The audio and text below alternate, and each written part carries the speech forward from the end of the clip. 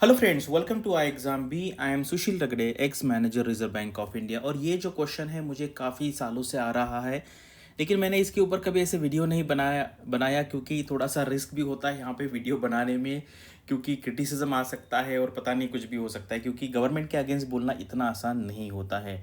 और आपको पता है आरबीआई को क्वेश्चन एक ही पर्सन कर सकता है, वो है सुचिता दलाल। आप सबको पता होगा, इन्होंने जो हर्षद मेहता का स्कैम हुआ था उस टाइम इनका काम बहुत ज़बरदस्त था। काफ़ी मतलब डेयरिंग है इनमें, और ओपनली अलग अलग इनका यूट्यूब चैनल भी है, इनका वेबसाइट भी है, उस पे ऊपर ये बात करती है। तो इसके ऊपर भी क्वेश्चन किया, और जैसे ही ये न्यूज़ आ गई न्यू इंडिया कोऑपरेटिव बैंक के बारे में, तो मेरे दिमाग में पहले यही क्वेश्चन आया कि आरबीआई का इंस्पेक्शन होता है, आरबीआई के ऑफिसर्स वहाँ पर जाते हैं, एंड ये जो बैंक में फ्रॉड हुआ ये कैश में हुआ है। ऐसे कैसे पॉसिबल है कि एवरी ईयर आरबीआई का एक्चुअल इंस्पेक्शन होता है ऑन साइट जाके, और ये कैसे वहाँ से रह गया, आरबीआई के ऑफिसर ने ये क्यों नहीं देखा। तो सुचिता दलाल ने इसके ऊपर क्वेश्चन किया है। मैं वीडियो बनाने का सोच रहा था, लेकिन मुझे कोई ना कोई एक सपोर्ट स्टेटमेंट चाहिए था, तो ये अभी इनका स्टेटमेंट है।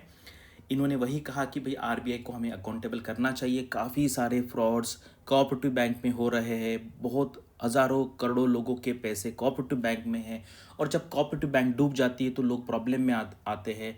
और सिर्फ 5 लाख का कवरेज अभी अवेलेबल है, तो उससे ज़्यादा जिसका पैसा है वो मिलता नहीं है, और ये 5 लाख मिलने में भी टाइम लगता है, तो लोगों को बहुत हार्डशिप होती है। तो अभी मेरा मतलब एज अ आरबीआई ऑफिसर, मैंने आरबीआई में काम किया है, मैंने भी ऐसे सारे कम से कम 20-25 बैंकों का इंस्पेक्शन किया है। और ये जो क्वेश्चन है कि आरबीआई का जॉब रिस्की है क्या, तो भाई बहुत रिस्की है, क्योंकि आप रेगुलेटर हो और आपकी जिम्मेदारी बहुत है। ऐसे अगर आप फ्रॉड होते हैं, और पिछले टाइम में भी हुए हैं, और अगर आप ऐसे बैंक में इंस्पेक्शन आपने किया है, तो अभी आपको कोर्ट के चक्कर करने पड़ेंगे। अभी मुझे 10 साल हो चुका है आरबीआई छोड़ के। अभी मैंने जहाँ जहाँ इंस्पेक्शन किया है वहाँ पे ऐसा कोई फ्रॉड अभी तक तो नहीं हुआ है, लेकिन अगर आगे फ्यूचर में जाके अगर कोई ऐसा फ्रॉड आता है, और मैंने जब इंस्पेक्शन किया उस टाइम पीरियड का कुछ रेफरेंस आता है उसमें, तो भाई मुझे भी कोर्ट में जाना पड़ेगा, और वो कुछ क्वेश्चन पूछेंगे, उसके जवाब मुझे यहाँ पे देने पड़ेंगे। तो कोई भी जॉब है ये इजी नहीं है, सब जॉब में रिस्क है, और इसमें मैं और भी आपको कुछ चीज़ें बताऊंगा। तो चलो, बड़ा इंट्रोडक्शन हो गया, यहाँ पे वीडियो स्टार्ट करते हैं। और वीडियो स्टार्ट करने से पहले, अभी हमारे इतने सारे स्टूडेंट, मेरे कम से कम, मैं पिछले 10 साल से 12 साल से आरबीआई के एस्पिरेंट्स को गाइड कर रहा हूँ, तो आरबीआई नाबार्ड सेबी में मेरे 1000 से ज़्यादा कैंडिडेट्स हैं, स्टूडेंट्स हैं, वो अभी आरबीआई में है। कोई मैनेजर पे है, कोई एजीएम लेवल पे है, कुछ यहाँ पे डीजीएम भी बन गए। तो ये ऑथेंटिक रिजल्ट्स आप यहाँ पे देख सकते हैं। यहाँ पे आप कॉल करके इन्फॉर्मेशन ले सकते हैं अगर आपको प्रिपरेशन करना है। यह सारा टाइम टेबल है, यहाँ पे कौन कौन पढ़ाएगा आपने देखा है। मैं हूँ manager, CP Joshi sir AGM है, और doctor Sanjeev Sharma sir top level position पे गए थे, one of the top level, regional director level पे। ठीक है, ये पूरा यहाँ पे टाइम टेबल है। तो यहाँ पे देखिए, why RBI needs to be made accountable for effective supervision.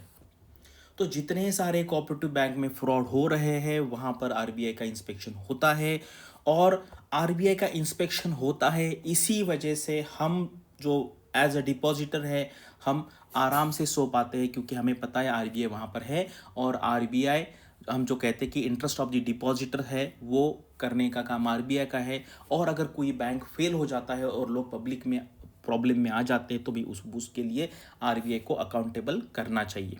ठीक है, लेकिन जनरली आरबीआई इतना बड़ा ऑर्गेनाइजेशन है, और आपको पता है बहुत बड़े बड़े फ्रॉड्स हुए हैं, बहुत बड़े बड़े फ्रॉड्स हुए। हर्षद मेहता का है, केतन पारेख का है, तेलगी का है, अभी सेबी में भी फ्रॉड हुआ था। तो आरबीआई का, सेबी का, आईआरडीए का रोल बहुत बड़ा है, और कुछ बड़े लेवल पे स्कैम होता है।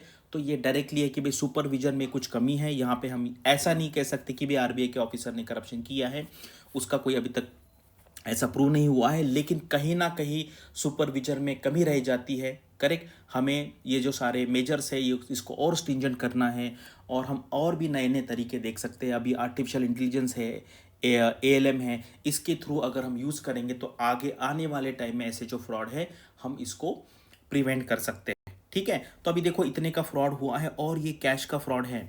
Correct, how did RBI inspectors, RBI inspector यानी कि आप जैसे जाओगे तो आप आरबीआई के इंस्पेक्टर बन जाओगे। मैं आरबीआई का इंस्पेक्टर था 3 साल, यानी कि ये mostly grade B C officers होते हैं, कुछ ग्रेड ए भी होते हैं।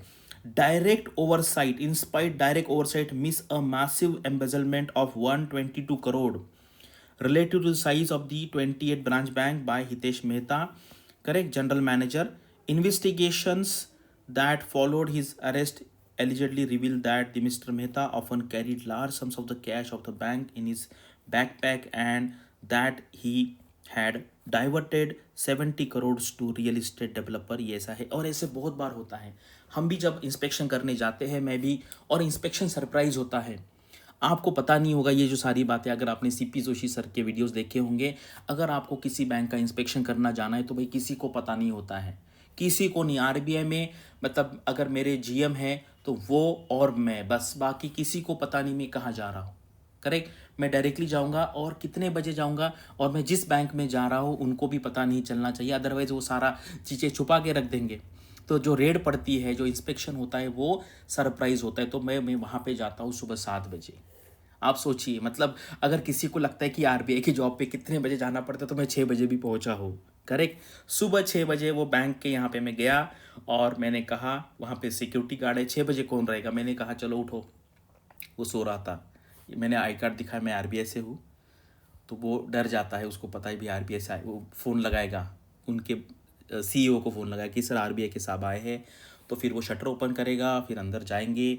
और मैं तो होटल में ही पहले 5 बजे पूरा नहा धो के पूरा वहाँ पे पहुँच गया। फिर वो ओपन करेंगे, फिर चलो न्यूज़पेपर पढ़ लो, थोड़ा नाश्ता बिस्ता कर लो, फिर वो धीरे धीरे आएंगे 7 बजे, 7:30 बजे, 8 बजे। फिर पहला काम करना है, पहला काम कि भाई चलो आपका कैश का वॉल्ट ओपन करो। करेक्ट, कल का बैलेंस दिखाओ मुझे कितना है, 10,20,30,450 रुपये फॉर एग्जाम्पल।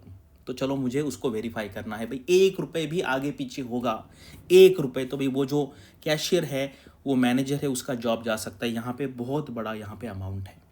करेक्ट, और यहाँ पे मैं एक चीज़ आपको बताऊँ, अगर ये किसी ने नोटिस नहीं किया है, ये चीज़ किसी ने नोटिस नहीं किया है, और जिस दिन पहले जैसे ये स्कैम आ गया बाहर, तो आरबीआई ने एक कमेटी अपॉइंट किया था 3 लोगों का, और उसमें एक चार्टर्ड अकाउंटेंट का नाम था, और बाद में ऐसे पता चला भाई यही उसमें इन्वॉल्व है।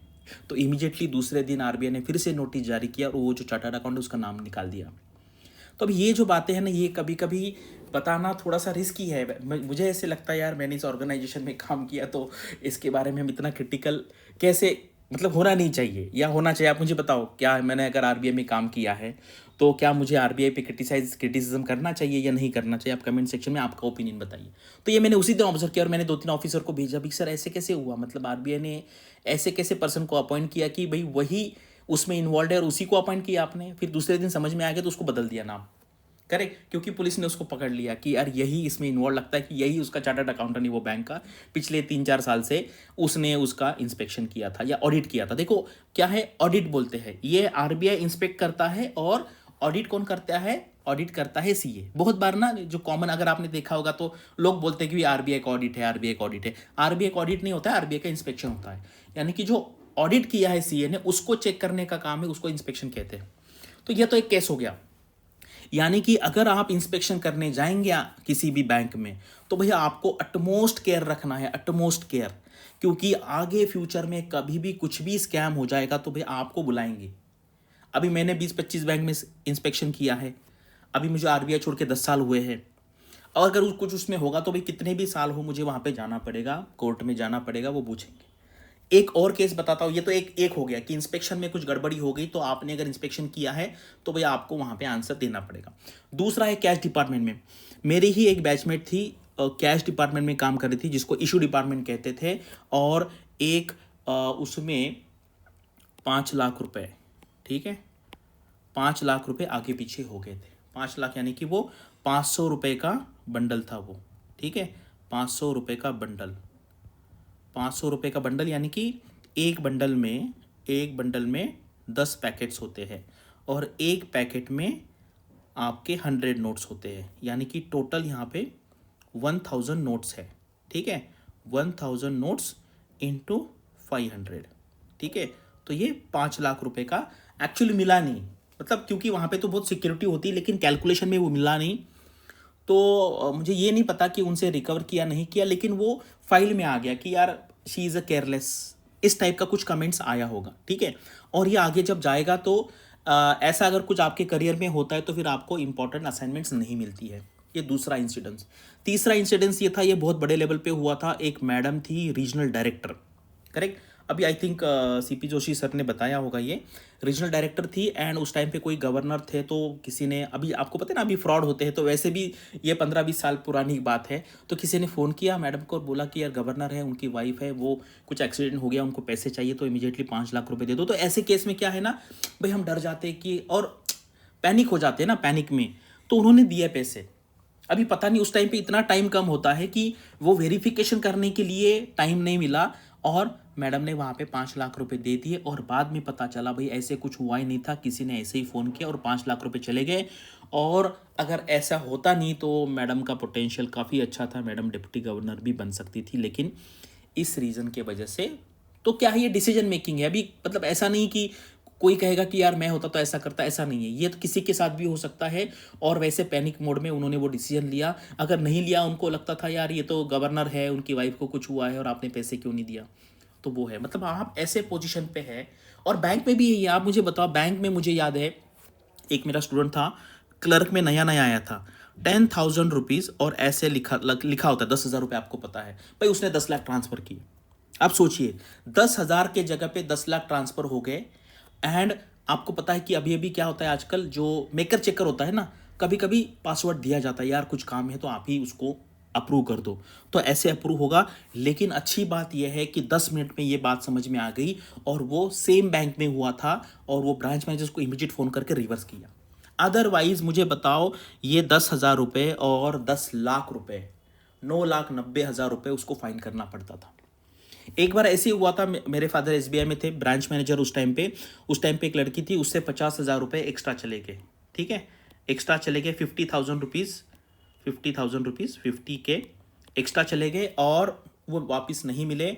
तो अभी क्या करे भाई, वो तो रोने लगी, बहुत टेंशन में आई। तो पिताजी ने क्या किया कि भाई वहाँ पे डीजीएम को बात बताई, सर ऐसा ऐसे हुआ है, तो अभी क्या करें, वो तो लड़की है, अभी वो काफ़ी रो रही है भाई, कुछ कर ना ले।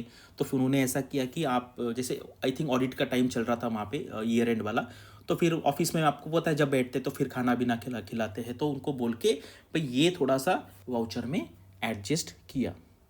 तो ये जो बात है बैंक में बहुत रिस्की है। आप देखो गोल्ड लोन है, आप में से कितने लोग बैंक में हैं, तो जहाँ जहाँ पैसे की बात आ गई वहाँ पर बहुत रिस्की मामला हो जाता है। और आरबीआई में तो और भी रिस्की है, क्योंकि आप जो कुछ भी करेंगे इसका रिपरकेशन नेशनल लेवल पे हो सकता है, कंट्री लेवल पे हो सकता है।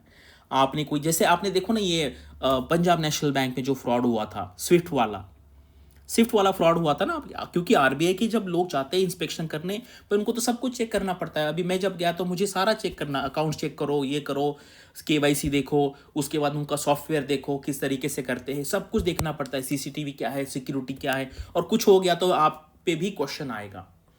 तो ये जो हुआ है, इसमें मुझे ऐसे लगता है आगे जाके, और अभी कल परसों ही मेरे एक फ्रेंड है, उनसे मैंने बात की थी, अभी वो मेरे सिटी में है, इकोनॉमिक ऑफिस विंग में है, काफ़ी बड़े लेवल पे ऑफिसर है, मैंने उनसे बात किया था, तो काफ़ी डिस्कशन हुआ। तो उन्होंने कहा एक बैंक है वहाँ पे, कोऑपरेटिव बैंक में ऐसा फ्रॉड हुआ है गोल्ड लोन रिलेटेड। तो गोल्ड लोन जो आता था ना, वो जो वैल्यूअर है, आपको पता है गोल्ड लोन में वैल्यूअर होते हैं, वो वेरीफाई करते कि भाई ये गोल्ड सही है, क्योंकि ब्रांच मैनेजर आपको क्या पता ये गोल्ड सही है कि नहीं, तो वो वेरीफाई करते थे।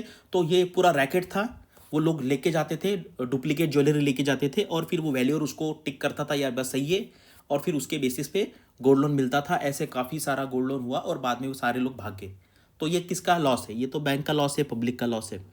तो इसलिए आप जहाँ पे जाएंगे इंश्योरेंस कंपनी में भी ये फ्रॉड आजकल बहुत होने लगा, आपको पता है, डॉक्टर लोग हैं, फिर उसके बाद हॉस्पिटल वाले हैं, कस्टमर है, इंश्योरेंस के एजेंट है, इंश्योरेंस के ऑफिसर्स भी है, बहुत सारे ऐसे फ्रॉड होने लगे हैं। तो ये जो जॉब है, जहाँ जहाँ पैसे का इन्वॉल्वमेंट है, वो सारे जॉब रिस्की है। और आरबीआई का जॉब में देखो, यहाँ पर मुझे लगता है कि अभी सुचिता दलाल ने इसको लिया है अंडर कंसिडरेशन, तो वो डेफिनेटली क्वेश्चन पूछेगी, और यहाँ पर 100% इंक्वायरी होगी। फिर इंक्वायरी में पता चलेगा, क्योंकि इतना बड़ा कैश है भाई, 1 रुपया आगे पीछे नहीं होना चाहिए, आपको पता है, अगर बैंक में आप है तो भाई 1 रुपया आगे पीछे नहीं होता है कैलकुलेशन में। तो इतना सारा पैसा, वो भी फिजिकल कैश, भाई ऑनलाइन ठीक है कुछ हो गया, लेकिन फिजिकल कैश कैसे छूट गया, ठीक है। तो यहाँ पे 2-3 चीज़ें हो सकती है कि भाई कुछ लोग इन्वॉल्व हो सकते हैं, या फिर गलती हो सकती है, लेकिन गलती इतनी बड़ी गलती है कि उसको गलती नहीं मान सकते, करेक्ट। और ये सिर्फ एक बात की नहीं, बहुत टाइम से चल रहा था ये फ्रॉड बहुत टाइम से चल रहा था। तो जो सीए लोग हैं भाई उसको तो पकड़ लेंगे, लेकिन आरबीआई की भी इंस्पेक्शन जो हुए हैं उनको भी क्वेश्चन यहाँ पे किया जाएगा। अभी पता नहीं आगे, क्योंकि आरबीआई बहुत मतलब उसका जो स्टेटस है वो बहुत हाई लेवल का है। तो आरबीआई पे आपने देखा है कभी भी कुछ भी केस होने दो, हमारे जो रिक्रूटमेंट रिलेटेड भी केस हो, आरबीआई के भी केस हारता नहीं है, कभी हारता नहीं है आरबीआई केस। तो इतना बड़ा रेपुटेशन है आरबीआई का, तो आरबीआई का अगर क्वेश्चन होगा ना इस पे, मान लीजिए देखो रिस्क क्या है, सिर्फ एक बैंक की बात नहीं है। अगर यहाँ पे कुछ होगा मान लीजिए, तो भाई पूरा क्वेश्चनिंग होगा कि जितना भी अब तक इंस्पेक्शन हुआ इंडिया में, वह उसमें भी क्वेश्चन होगा कि भाई यहाँ पे क्या हो गया। आपने देखा होगा कितनी सारी कोऑपरेटिव बैंक्स डूब गई, और एवरी वीक कोई ना कोई कोऑपरेटिव बैंक डूबती है, और वहाँ पे लोगों के पैसे अटक जाते हैं, लोगों के इम्पोर्ट, खुद के पैसे हम निकाल नहीं सकते। अभी ये बैंक में लोग खुद के पैसे नहीं निकाल सकते। भाई आपको मिलेगा पैसा, आपको डीआईसीजीसी का 5 लाख का पैसा मिलेगा, लेकिन कब मिलेगा, उसके लिए मिनिमम 80-90 डेज रुकना पड़ता है। तब तक क्या करें, तब तक क्या करें, तो लोगों को लोग लाइन लगाते हैं। तो इसलिए रिस्की जॉब है, करेक्ट। और बहुत लोग मैंने देखे इंस्पेक्शन जाने से डरते थे, मैं जब था ना बहुत लोग डरते थे इंस्पेक्शन जाने में, क्योंकि कोऑपरेटिव बैंक से रिस्की, पॉलिटिकल लोग होते हैं यहाँ पर। यहाँ पे देखो ना कितना बड़ा फ्रॉड हुआ है, करेक्ट। और मैंने और भी 2-4 चीज़ें यहाँ पे मतलब बताई है, लेकिन वो पब्लिक फोरम में बताना थोड़ा रिस्की है। मैंने क्लास में बताया था जा, और या कभी ऑफलाइन है तो वहाँ पे बताया था। तो ये है, और यहाँ पे मैंने भी वीडियो बनाने के बारे में उसी दिन सोचा था, लेकिन मुझे कुछ ना कुछ रेफरेंस चाहिए था। अभी यहाँ पे सुचिता दलाल ने बोला है, तो इसलिए उसका रेफरेंस लेके मैं बोल रहा हूँ। अदरवाइज इतने बड़े ऑर्गेनाइजेशन के बारे में बोलना काफ़ी रिस्की है, करेक्ट। तो आप समझ लीजिए यहाँ पे क्या है कि आरबीआई का जॉब रिस्की है। रिस्की सिंपल विंपल नहीं, बहुत बड़े लेवल पे रिस्की है, क्योंकि आप पे बहुत बड़ी रिस्पॉन्सिबिलिटी है। किसी बैंक का इंस्पेक्शन करना यानी कि आपके एक्शन से हजारों लाखों करोड़ों लोग इंपैक्ट कर सकते हैं।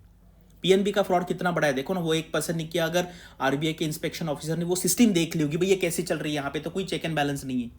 तो वो आरबीआई का ऑफिसर का काम है कि भाई हर जगह पे देखो कहाँ का रिस्क है। इसको तो कहते हैं रिस्क मैनेजमेंट। रिस्क मैनेजमेंट मतलब ये रिस्क मैनेजमेंट ही हुआ है कि यहाँ पे किसी ने चेक नहीं किया, चेकर मेकर मल्टीपल चीज़ें कनेक्शन इस पे नहीं किया, तो इसलिए इस टाइप का फ्रॉड हुआ है। तो अभी आगे जाके आरबीआई को और भी यहाँ पे स्ट्रिक्ट बढ़ेगा। तो ये व्यू है, आपको क्या लगता है, मतलब एज अ आरबीआई का एक्स ऑफिसर मुझे ऐसे क्वेश्चन करना चाहिए आरबीआई को कि नहीं करना चाहिए? और आप मुझे बताओ, अगर आप बैंक में काम करते तो किस टाइप की रिस्क इन्वॉल्व है, अगर आप इंश्योरेंस में है तो किस टाइप की रिस्क इन्वॉल्व है, और अगर आप सीबी में है तो किस टाइप की रिस्क इन्वॉल्व है, वो कमेंट सेक्शन में लिखिए। क्योंकि जो नए स्टूडेंट है जो अभी उस ऑर्गेनाइजेशन में जाएंगे, तो उनको भी पता चलना चाहिए कि भाई ये जॉब में कितना ईजी है, कितना रिस्की है, और कभी कभी लेट नाइट भी काम करना पड़ता है। और जब मैं इंस्पेक्शन पे जाता था तो मुझे 15 दिन उधर ही रहना है। तो आप ऐसा सोचिए कि I am on job 15 days, उधर ही आपको घर पे नहीं आना है 15 दिन, करेक्ट। वहाँ पे आपको फिर दिन रात वहाँ पे काम करना है। तो ऐसे कुछ कुछ जॉब्स है जहाँ पे सीखने को भी मिलेगा, प्रेशर भी होगा, रिस्क भी रहेगी। और ये सब जॉब में रिस्क है। ऐसा आप डॉक्टर पे देखिए, लॉयर देखिए, सीए देखिए, सब जगह पे रिस्क है। ऐसा कोई जॉब नहीं कि जहाँ पे रिस्क नहीं है। आपको कैसे वीडियो लगा मुझे बताइए, और आपको इस पे क्या लगता है वो भी कमेंट सेक्शन में लिखिए। Thanks for watching this video and all the best for your studies and upcoming examinations.